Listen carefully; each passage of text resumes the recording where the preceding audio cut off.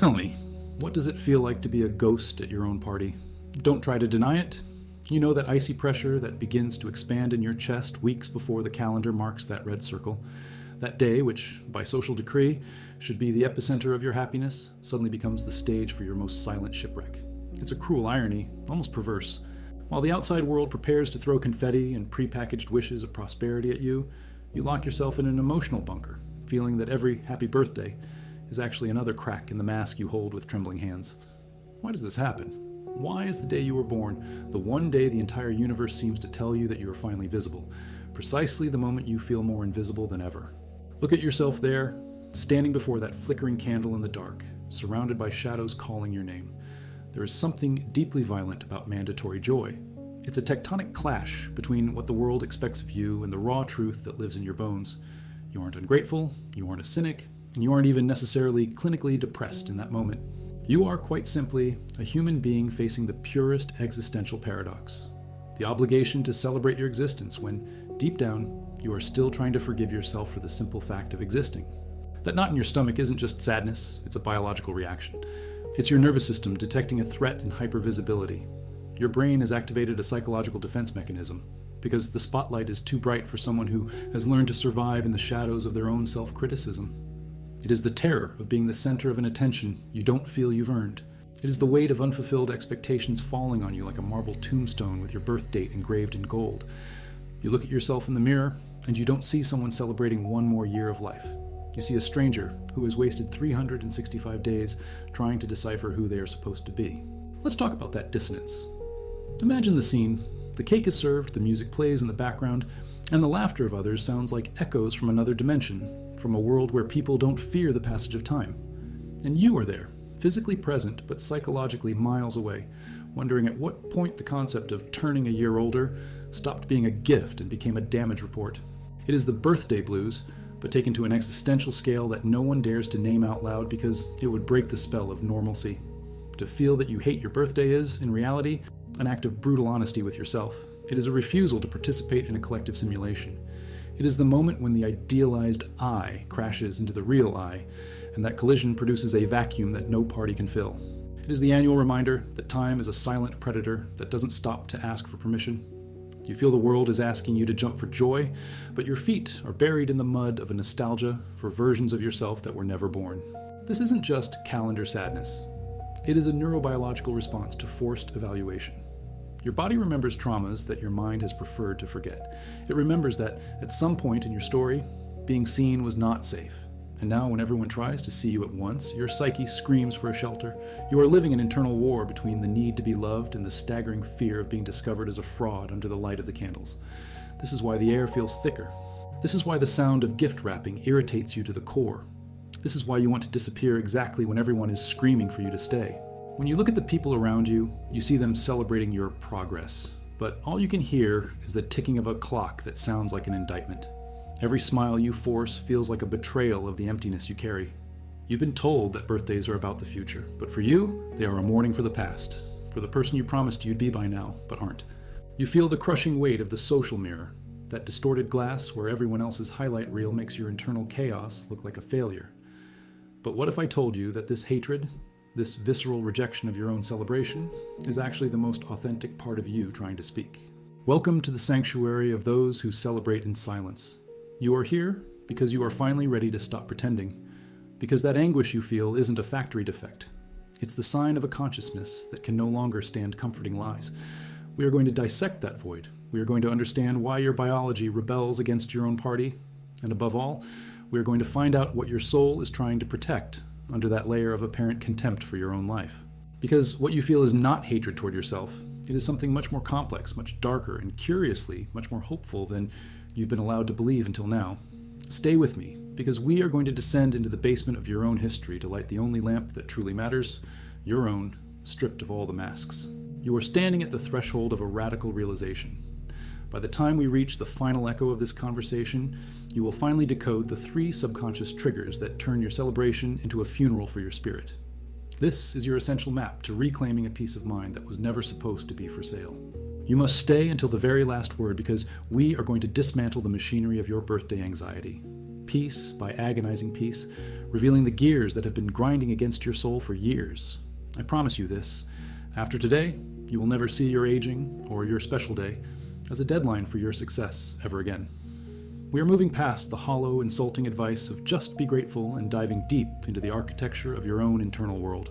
We will peel back the suffocating layers of social expectation to finally find the authentic self you've been hiding from the world's gaze. You aren't broken, and you certainly aren't ungrateful. You're simply hyper-aware of a hidden psychological reality that most are too numb to even acknowledge. Before we descend into the first layer of this psyche, anchor yourself to this space by subscribing, and let the like button be the first candle you light for your true self, rather than the one the world demands.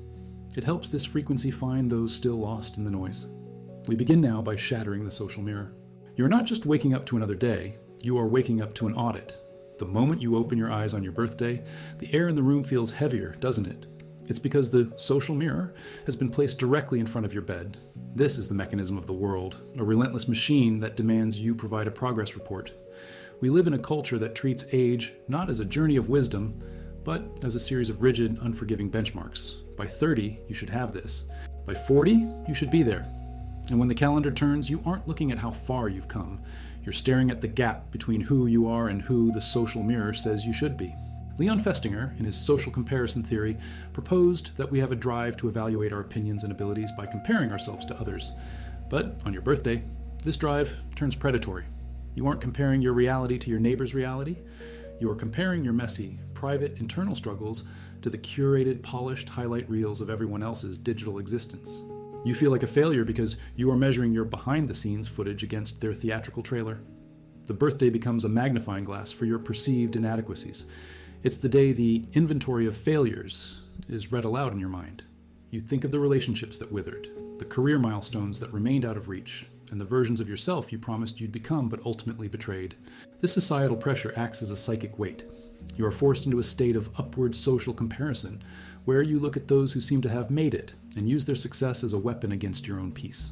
Every birthday card, every celebratory text, every LinkedIn notification feels like a subtle interrogation. Are you happy yet? Are you successful yet? Are you worthy yet? The hatred you feel isn't for the day itself, it's for the tribunal you are forced to attend. You're both the accused and the judge, sitting in a courtroom of your own making, fueled by a world that values your output more than your being. You feel the need to perform joy to prove you aren't falling behind, but the effort of the performance is exactly what drains your soul of any genuine spark. As the day progresses, the noise of the world might fade, but the silence that follows is even more terrifying. This is where the existential clock begins to tick, and it's a sound that resonates in the hollow spaces of your chest. You've felt it before, that strange, drifting anxiety that hits on a quiet Sunday afternoon when the distractions of the week stop. The legendary psychiatrist Viktor Frankl called this Sunday neurosis. It is that specific kind of depression which afflicts people who, after the busy week is over, suddenly become aware of the lack of content in their lives, of the ultimate emptiness of their existence.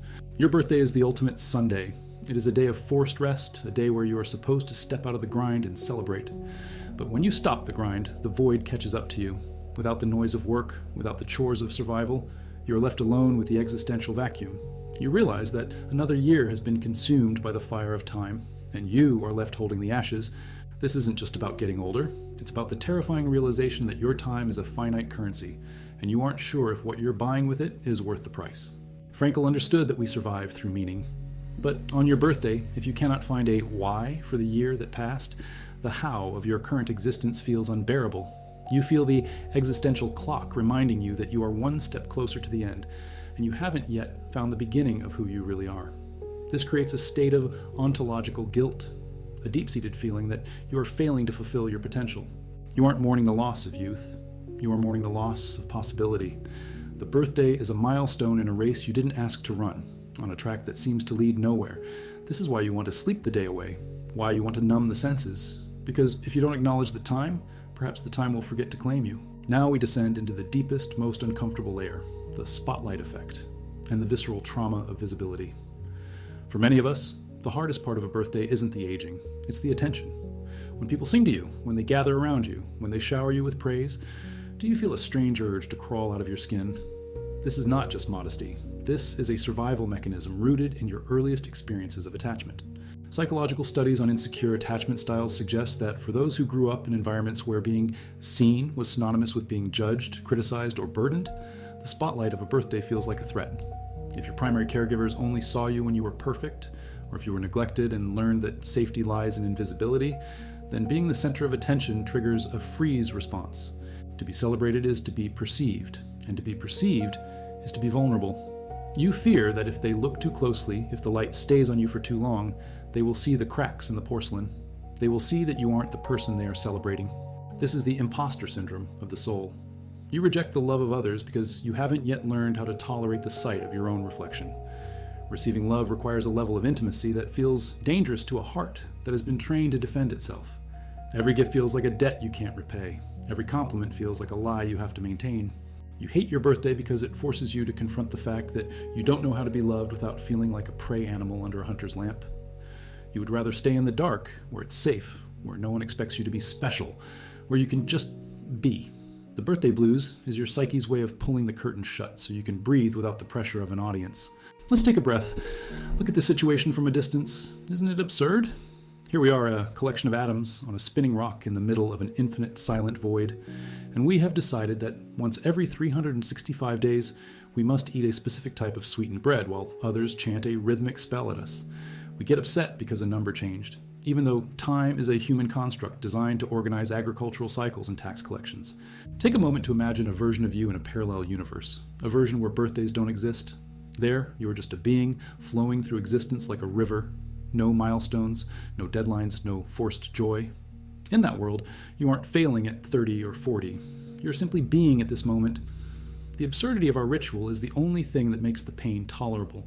You are stressed about a party for a version of yourself that only exists in other people's minds. You're crying over a damage report written in a language you didn't even choose to speak. Let that sink in. The weight you feel is the weight of a script you didn't write. What happens if you just stop reading the lines? What if the expectation and the reality are both just fictions, and the only truth is the quiet pulse in your wrist right now? Now, hold that thought. We are about to cross the threshold. We've looked at the world, we've looked at the clock, and we've looked at the trauma, but none of these are the real reason why you feel that specific hollow ache in your gut. There is a secret, a golden key that explains everything, and once you see it, the birthday will never have power over you again. We are entering the climax. We have reached the center of the labyrinth.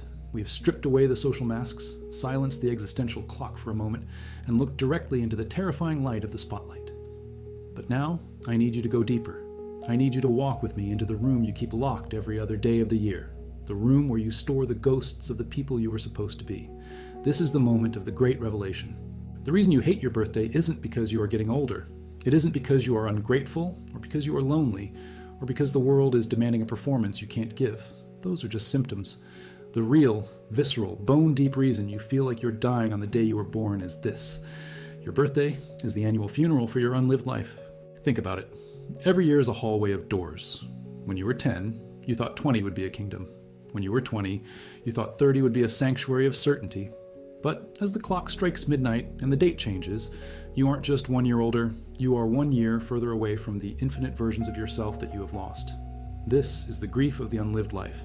It is the mourning of the musician you never became because you chose a stable desk job. It is the sorrow for the traveler who never left because fear was a louder companion than curiosity. It is the funeral for the version of you that was supposed to be happy, confident, and settled by now. On your birthday, all these ghosts gather around your bed. They don't come to celebrate, they come to remind you of the promise you made to yourself and broke. They are the shadows of your potential, and their presence is what creates that suffocating vacuum in your chest. You are grieving, and the world is telling you to blow out candles. It is a profound psychological violence. You're sitting at a table with the corpse of your expectations, and everyone is singing a song of joy. How could you not hate it? How could you not want to scream or disappear? The birthday depression you feel is actually a highly sophisticated form of existential mourning. You are grieving the death of your ideal self. On us, every year that passes feels like another nail in the coffin of the person you thought you'd be. You aren't sad because life is ending. You are sad because life is happening, and it doesn't look like the dream you were sold. You are mourning the loss of possibility. You are mourning the fact that time is narrowing your choices, forcing you to be one specific, flawed, limited human being instead of the infinite godlike creature you felt you were in your youth. But here is the twist, the revelation that will change the way you breathe. This pain, this visceral rejection of your birthday, is not a sign of your failure. It is a sign of your immense potential. Listen to me closely. A person with no vision doesn't feel the grief of an unlived life. A person with no depth doesn't feel the sting of the existential vacuum. A person who has given up on their soul doesn't care about the ticking of the clock. If you hate your birthday, it is because your soul is still alive enough to be offended by the gap between where you are and where you could be. Your hatred is actually a fierce, protective love for the person you still want to become. It is your subconscious mind refusing to be satisfied with a mediocre reality. It is a holy dissatisfaction. You feel the weight because you still have something worth weighing. You feel the void because you have a capacity for greatness that hasn't been filled yet. Your birthday blues are not a defect. They are a signal. They are a flare sent up from the deepest parts of your psyche, telling you that you are not done yet. You are not mourning a dead life. You are mourning a life that is still waiting to be born. The pain is the labor of your own evolution. The reason the day feels so heavy is because you are carrying the weight of your own becoming. You have been looking at the social mirror and seeing a loser, but if you look through the eyes of the existential self, you will see a warrior who is tired of the war but refuses to surrender their identity. Stop trying to kill the sadness. Stop trying to fix the way you feel on this day. The sadness is the most honest thing about you. It is the only thing that isn't a performance. When you sit in the dark and feel that ache, you're finally being real. You're finally acknowledging that life is hard, that time is precious, and that you matter enough to be disappointed by your own progress. That disappointment is the soil in which your future self is growing. You're not a ghost at your own party. You're the architect of your own rebirth. The reason the old house feels so small and suffocating is because you have outgrown it. The hatred is just the pressure of your soul trying to break through the shell. You aren't dying, you are cracking open. And the world, in its infinite ignorance, calls it aging, but you and I know the truth. It is the terrifying, beautiful process of finally becoming real. Everything you have felt, the isolation, the resentment, the fear, it has all been leading to this single moment of clarity. You don't hate the day, you hate the lie, you hate the idea that you should be finished by now. You hate the suggestion that your value can be measured by a number on a cake. From this moment on, I want you to look at those ghosts of your unlived lives not as failures, but as advisors. They are showing you exactly what you still value. They are pointing the way to the work that still needs to be done. The grief is your compass, the void is your canvas, and the birthday? The birthday is no longer a deadline. It is a witness. It is the day you stop running from the mirror and start looking into your own eyes with the compassion of someone who knows exactly how much it costs to stay alive in a world that tries to turn you into a statistic. You have survived another year of the struggle. You have stayed in the fight. That is the only thing worth celebrating, and it is the one thing no one else can see. But you see it now. You see the fire in the ruins, and that fire is enough to light the way home. You have spent years apologizing for the void you feel when the candles are lit, but today, that apology ends. Stop looking for your worth in the reflections of others or the cold metrics of a world that doesn't even know your name. The cure for the birthday blues was never a louder party, a bigger achievement, or more distractions. It is the quiet, radical act of self-compassion. It is the moment you look at the person in the mirror, the one who is tired, the one who feels behind, the one who is mourning the unlived life, and you finally offer them the grace you so easily give to strangers. Your birthday is not a deadline you're missing. It is a witness to the fact that you survived another year of the grueling, beautiful, and chaotic process of becoming yourself. You are not a failure for feeling the weight of existence. You are a witness to it. If you have carried this burden in silence, if you have felt this hollowness while the world cheered, I want you to leave a comment with the words, Year Zero. Die. Let it be your silent declaration that from this moment on, you are no longer running against the clock. You are the clock. You're exactly where you need to be, even if it doesn't feel like it yet. The celebration was never about the cake. It was about the fire in your soul that refused to go out despite every storm. Now go back into the world, not as someone who is simply a year older, but as someone who is finally, truly awake. You are exactly where you need to be.